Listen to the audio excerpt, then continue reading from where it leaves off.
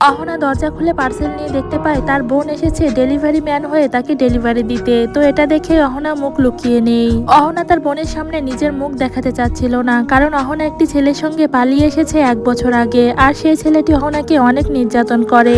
অহনাকে এভাবে মুখ ঢাকতে দেখে মেয়েটি সন্দেহ হয়, আর তাই তো ঘুমটা টেনে দেখতে পায় এটা তো তারই নিজের বোন।